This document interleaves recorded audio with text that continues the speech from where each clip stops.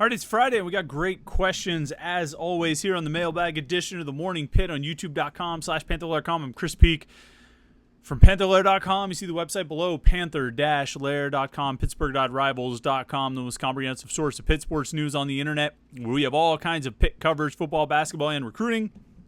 And we have our video channel here at youtube.com/Panther-Lair.com. You know the deal. You know what it is. Every day of the week, we have Morning Pitt videos for you. A little bit of Pitt conversation to get your day started. Might not always be breaking news. Might not always be, something major like that. Sometimes we're just talking a little bit of Pitt sports, and that's what we do here every Friday with the Mailbag edition of the Morning Pitt. We take questions from readers on the Panther-Lair.com message boards, the Between Fifth and Forbes message board at Panther-Lair.com. We take your questions, and then we answer them all right here. We cover a bunch of different topics, and today we got questions on football, we got questions on recruiting, we got questions on basketball. It's a good group of questions. Some of the best questions we've had. I'm really excited about this. Let's jump into it. The Morning Pitt Mailbag right here, youtube.com/Panther-Lair.com.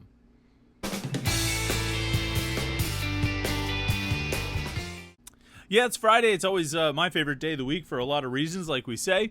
And one of the biggest reasons is that we're doing the Mailbag edition of the Morning Pitt. It's been a lot of fun this week on the Morning Pitt, talking a lot of recruiting after Pitt landed 3 commitments on Monday. We talked about those guys. We previewed their commitments on Monday. We talked about their commitments on Tuesday. We talked about what Pitt needs on, in the recruiting class on offense. On Wednesday, yesterday, we broke down the defensive side of the ball. So it's been all recruiting this week. Next week, we're going to not reverse, but we're going to change course. We're going to have some different stuff for you next week. Like I say, I'm going to take a week off from producing Morning Pitt episodes, but we will still have new Morning Pitt episodes because I've been working extra hard this week to get some new stuff ready for you, and I think you're really going to enjoy what we have next week on the Morning Pitt. So a lot to look forward to with that. I think you're really going to enjoy it. We'll have something new for you every day, in addition to all of our content at Panther-Lair.com. So I might be taking a week off, which doesn't happen very often, but we're still going to have a lot for you to read and watch and check out and think about and talk about. Panther-Lair.com and youtube.com/Panther-Lair.com. So do me a favor, check out the website, of course, and then here on YouTube, like this video and subscribe to our YouTube channel, youtube.com/Panther-Lair.com. All right, questions this week. What are you guys talking about? What are you thinking about? What do you want to ask about? First question is in. It's from East Ender 2. Says, usually the first game of the year versus a quote-unquote inferior opponent. He added the quotes, or they added the quotes. Not me. Usually the first year of the game versus an inferior opponent. Pitt has kept the offense pretty vanilla. Do you see that changing this year versus Kent State because of the new offense? Look, if it was me, I would. But I mean, that's been the case every year. But if it was me, I need to work this offense out. I can't wait until week 2 when Pitt goes to Cincinnati to find out where, things do work and they don't work. I know you want to hold stuff back. I know you want to have the element of surprise. But look, man, the book is out there on Western Carolina. Cincinnati's coaches are going to have plenty of film from Western Carolina to study.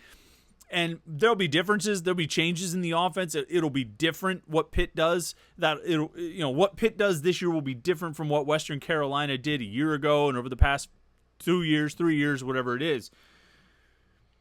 But when it comes down to it, I think Cincinnati's going to learn everything they need to know by watching Western Carolina film. They're going to be familiar with the personnel, largely from scouting this game a year ago.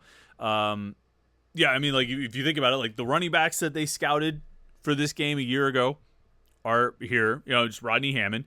The wide receivers, Bub Means is gone, but they scouted Kanate Mumfield. They scouted Dejon Reynolds. They scouted, maybe not Kenny Johnson, but you can get a little bit of a look at him. They scouted Gavin Bartholomew. I mean, they know who those guys are. And a lot of that work, film work is already done. Nate Arnell will be new for them, but they can just study the last 2 games of the season last year. Desmond Reed and, Raphael Williams and CJ Lee will be new for them, but they can watch Western Carolina film and find out about those guys. There's not a lot of surprises that are going to be lurking out there for Cincinnati when it comes to this game. This isn't going to be like Penn State 2016, which I still think is the only time in 9 years of the Narduzzi era that this nonsense of playing a vanilla offense in the opener has actually paid off in any way. And when it comes down to it, you get that advantage for one game.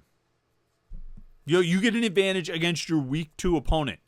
Because by the end of week 2, by the end of that game, you're going to have West Virginia is going to know what you're doing, who you are, what your offense looks like, and how you play. So, I think you stand to gain a whole lot more from using a lot of the playbook and a lot of your stuff against Kent State and working it out against Kent State and practicing it and getting a sense of it against Kent State. You gain a lot more from that than you gain from hiding a few things against Cincinnati.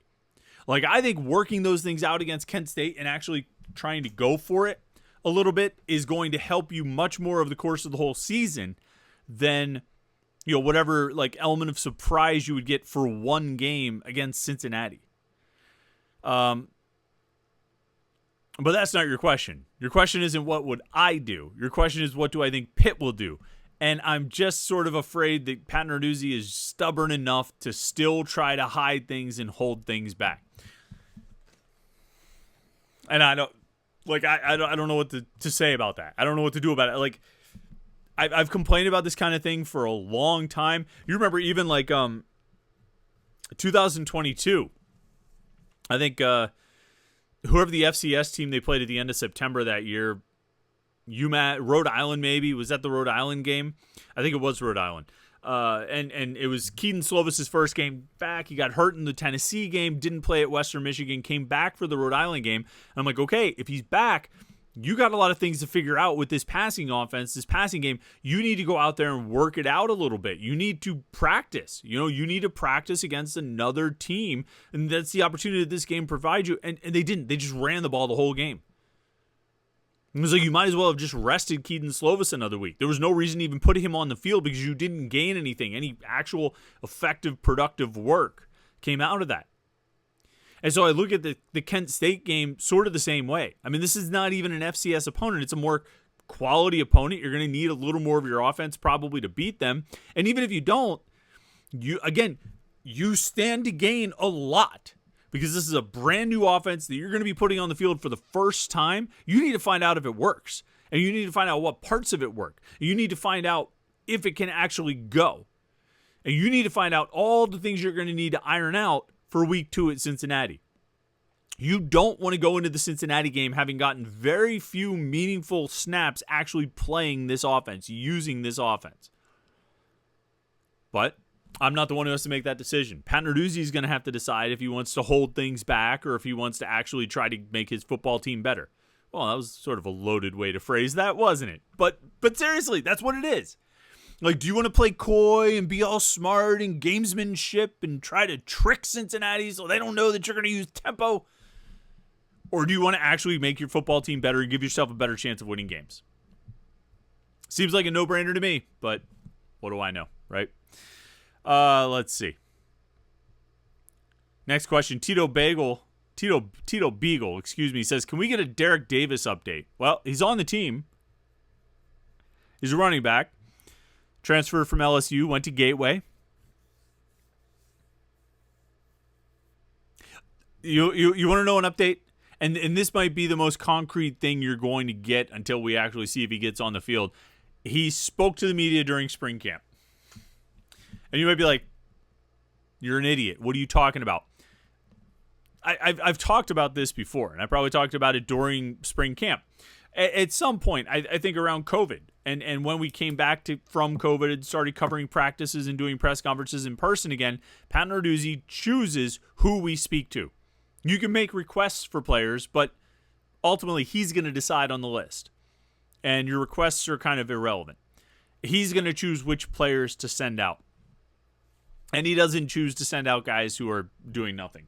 I don't know if Derek Davis is going to be higher than number 3 on the depth chart. I think he'll be number 3 on the depth chart. I should say I don't think he's going to be lower than number 3 on the depth chart. I just don't know if he's going to be any higher than number 3 on the depth chart. I think you've got Rodney Hammond. I think you've got Desmond Reed. And I think Derek Davis slots in behind that. Behind those two guys. And he could work his way higher. I think he's got a chance to be a home run hitter, although, the uniqueness of his speed took a hit when Desmond Reed joined the roster, because I think he's probably faster than Derek Davis, is sort of my understanding. It could be wrong about that, but that sort of seems to be the case. I do think you might end up rotating running backs more this year than they have in the past due to the tempo, and they want to keep fresh legs out there. And so maybe there's more of an opportunity for the number 3 running back to get on the field and play a lot, but I really don't know. I think even going back to his time at Gateway, there were questions about how many of his skills would translate to the college game. He obviously made the position move from defensive back to running back, which seems like it's a better position for him. I think there was some positive talk about him in spring, and I think he did some good things, but I still think Rodney Hammond and Desmond Reed are probably your top 2. And then you see where Davis can, what kind of snaps and carries he can earn beyond that with how he practices and how he plays. Berg B says, will you pony up a few super chats to get the Lair logo on the field at Acrisure? Yeah, look, the first time there are logos on the field, advertisements, sponsorships, and corporate ads and stuff at Acrisure Stadium, I'm going to make fun of it. We're going to make a lot of jokes about it. But the reality is, I kind of don't think I'm going to care.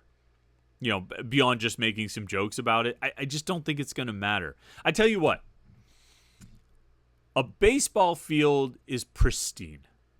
I don't want to see any logos on a baseball field. I don't want to see any sponsorships or any goofy stuff. I want a baseball field to be manicured perfection. I want the lines to be perfect.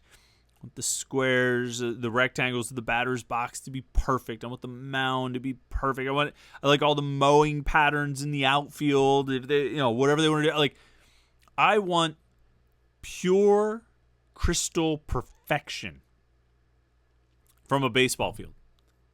The rest, football field, basketball court, hockey rink, soccer pitch, I don't care. Put whatever you want on the field. It really doesn't matter to me. Some things I'll make fun of, because some things are ugly. Oregon, I think, had a pretty bad basketball court. I mean, I was with everybody else in 2004, whenever it was, making fun of Boise State's field, right? But like, I don't care. You want to put logos and advertisements all over that? That's fine. The only thing that matters to me is a baseball field. A baseball field should be pure and untouched. The rest, I don't care.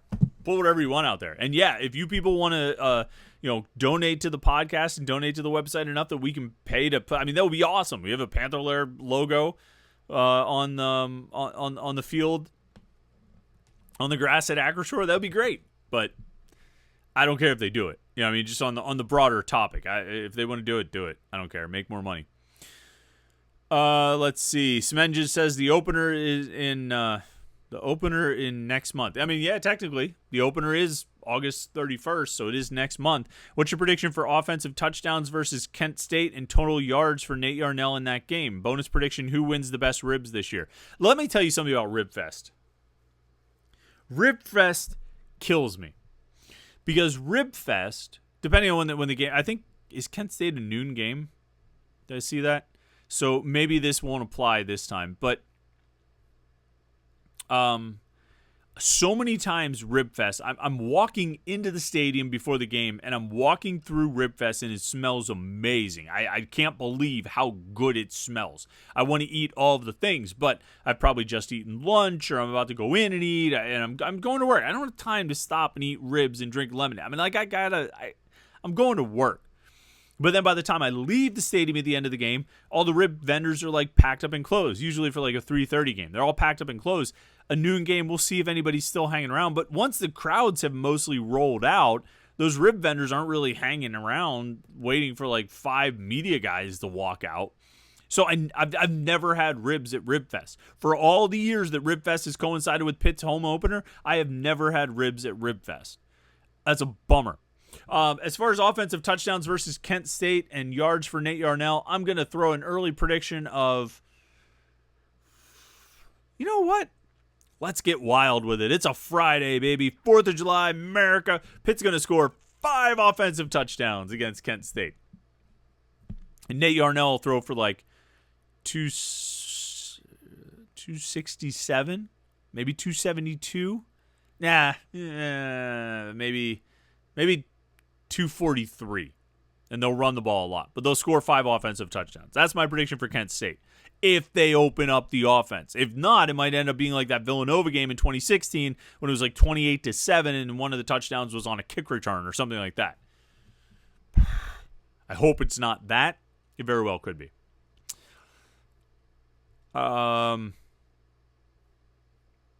WCC946 says, Chris, seems like this recruiting class is shaping up. The last few recruits had some pretty decent offers. Yes, there might be a stretch or two, but I find it hard to believe that almost every one of these kids are 5.5. What gives? Is it rivals bias, not evaluated? If you're a betting man, do you see anyone getting a bump this year? Well, I'm not going to predict a bump, not right now at least, because it's a bit of a running joke that I predict a recruiting bump, and it never seems to happen. But right now, 3, 4, 5, 6, 7, 8, 9. So out of Pitt's 21 current commitments, 12 are rated 5.5. That's, we talk about it all the time. It's 5.5 is the lowest on the 3-star scale. The bottom end of the 3-star range. And look, I think there's a lot of factors that go into it. Some of these guys haven't been seen very much. Some of these guys weren't rated. And they just received their rating and just kind of ended up at a 5.5. I think, look, I don't know how many guys will move up into 4-star range. Right now, there's 4 that are right at the top end of the 3-star range. Tony Kinsler, Elijah Dotson, Saquon Smith, and Josh Gurrier. I think Gurrier and Dotson are very much deserving of a 4th star. I don't know if we'll see it happen or not. I'd be interested to see if Mason Heinschel could move up to that 5.7 high-end 3-star range. I think Khalil Sterling should move up into that high 3-star range from 5.6 to 5.7. I think Shep Turk is pretty good as a 5.5. I think Bryce Yates is really good as a 5.5. I think Ja'Karian Turner is a stud as a 5.5. I think Sean Lee, we are vastly underrating as a 5.5 3-star. I like Denham Cook a lot, too, although it's going to be tough because he's a linebacker prospect on Rivals. He plays standing up. You're not necessarily projecting him to the position he's going to play right now, and it's harder to rate him as a defensive end prospect given how he plays and what he's asked to do. I like Cole Woodson a lot, too. I mean, I think there's a handful of guys. I think a handful of the 5.5 guys will move up. It's just a question of how many and how far they move. I think there's a decent chance of that happening. We'll see if it actually comes to pass. All right, a couple more questions here.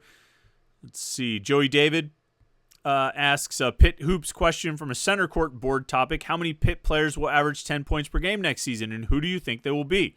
I think all the following could get there, but probably only 5 do make it to 10 points per game. This is Joey David's list of 1, 2, 3, 4, 5, 6, 7 guys who could potentially do it in order of most likely to least likely. Ishmael Leggett, Jalen Lowe, Amsal Delalich, Cameron Corrin, Damian Dunn, Guillermo Diaz-Graham, and Zach Austin.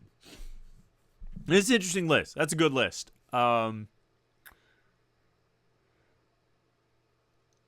I think Lowe and Leggett definitely average 10 per game. I do. I think they'll both be in double digits scoring. I would say those two almost a guarantee. Let me just look real quick at the basketball. I want to refresh my memory on how many guys last year averaged double digits. I'm trying to bring up Pitt's basketball stats from a year ago. Of course, it's loading very slowly. I will say, just because I'm like buying in on this, I agree with you putting Amsal Delalich as the third most likely to average double digits, and I'm kind of expecting it to happen. I actually think there's a really good chance he will average double digit points per game. Last year they had 3 guys. Blake Hinson averaged 18.5. Bub Carrington averaged 13.8, and Ishmael Leggett averaged 12.3. Jalen Lowe averaged 9.6. So effectively 4 guys, but really it was 3 guys, but effectively 4. If we go for 4, I think Leggett, Lowe, Delalich, and then you're looking at, I like your list. Cam Corrin, Damian Dunn, Guillermo, and Zach Austin. I don't think Guillermo or Zach Austin will do it. So you're looking at maybe Corrin or Dunn. Jeff Capel really sold me on Cam Corrin and what he can do. I just don't know. I'm not going to go there yet with him averaging 10 points per game. maybe 9-8 or something like that. But right now, I'm sort of counting on the bulk of the scoring coming from the perimeter, where it's come from in the past. So Lowe, Leggett, Delilich, and I want to say Damian Dunn, but I just don't know what that guard rotation is going to look like. I don't see them limiting Damian Dunn's minutes. He's not going to play like 17 minutes per game, but something's got to give with how these rotations are going to sort out. And like, Are Lowe, Leggett, and Dunn going to get enough opportunity to score double digits? Now, I know last year Leggett, Carrington, and Lowe had that opportunity. I mean, Lowe averaging 9.6, but I mean, it's close enough for me. They had Blake. This team, who's their other big scorer? I mean, maybe it's Delilich, but I guess, if you look at it, right, and say that last year Lowe, Leggett, and Carrington all averaged double digits, basically. And then they had Blake averaging 18.5. If you pull that forward to this year and say that Lowe, Leggett, and Delilich averaged double digits, I don't know if there's an 18 points per game scorer in there. Maybe there is. But I think there's room for at least one more double-digit scorer. And if one of those first three isn't an 18-point-per-game guy, then there might be room for that fifth one. And if there is room for that fifth one, I would probably bet on Corin, I guess. So, I mean, I guess those would be my five most likely, not necessarily in any kind of order, but Lowe, Leggett, Delilich, Dunn, and Corin, which, if you want to play Amsal Delilich at the 4, then that's a hell of a starting lineup right there. Lowe, Leggett, Dunn, Delilich, Corin. Maybe a little bit small, but you got some punch. All right, last question. We got through all of today's questions. I like it. Potter County native asks, with our apparent lack of depth at defensive tackle, do you see Jasir Whittington cracking the rotation and getting serious playing time as a freshman? This is a $1 million question, and I've been thinking a lot about the defensive tackles because I'm writing the preview content for next week. It's defensive tackle week next week on Panther-Lair.com, and I'm responsible for that. So I've been writing a lot about the D tackles and kind of what I see out of that group and what I expect out of that group. And I think the opportunity is going to be there. There might be just barely enough depth to keep Whittington and Francis Brew on the sidelines for a red shirt. If you look at, you've got Anthony Johnson came in, you've got Nick James, you've got Nikai Johnson moved over, you've got Elliot Donald, you got Sean Fitzsimmons, and you got Isaiah Neal. That's like 6 guys right there, right?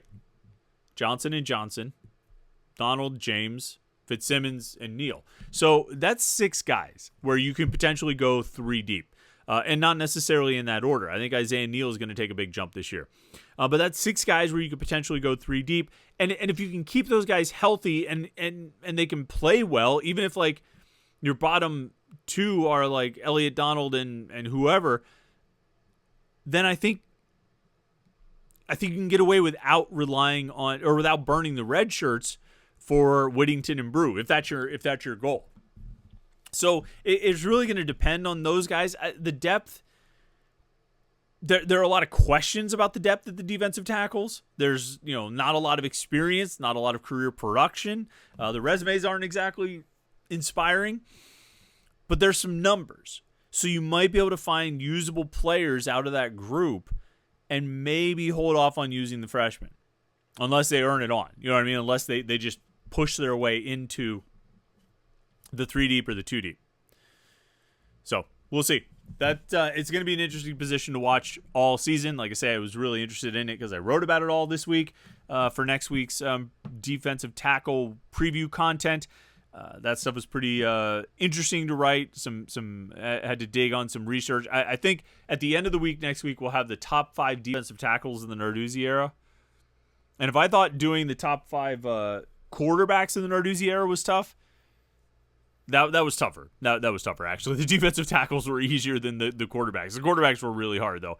But the defensive tackles were even tougher. It's been a weird group because you've got these crazy highs of like Kalijah Cansey and Jalen Twyman, and then you've got like this giant fall off I mean, it goes off a cliff, and maybe that cliff is just coming back down to sort of the standard production for a defensive tackle, but those 3 years of like 2019, 2021, 2022 were unbelievable. And then the rest of the other 6 years in the Narduzzi era were kind of not exactly productive from the defensive tackle position. But either way, there's a lot to talk about there for sure. And those freshmen, they're going to push. We'll see if they actually fight their way onto the field. All right, thanks for all the questions this week. It's been great. Love doing the mailbag.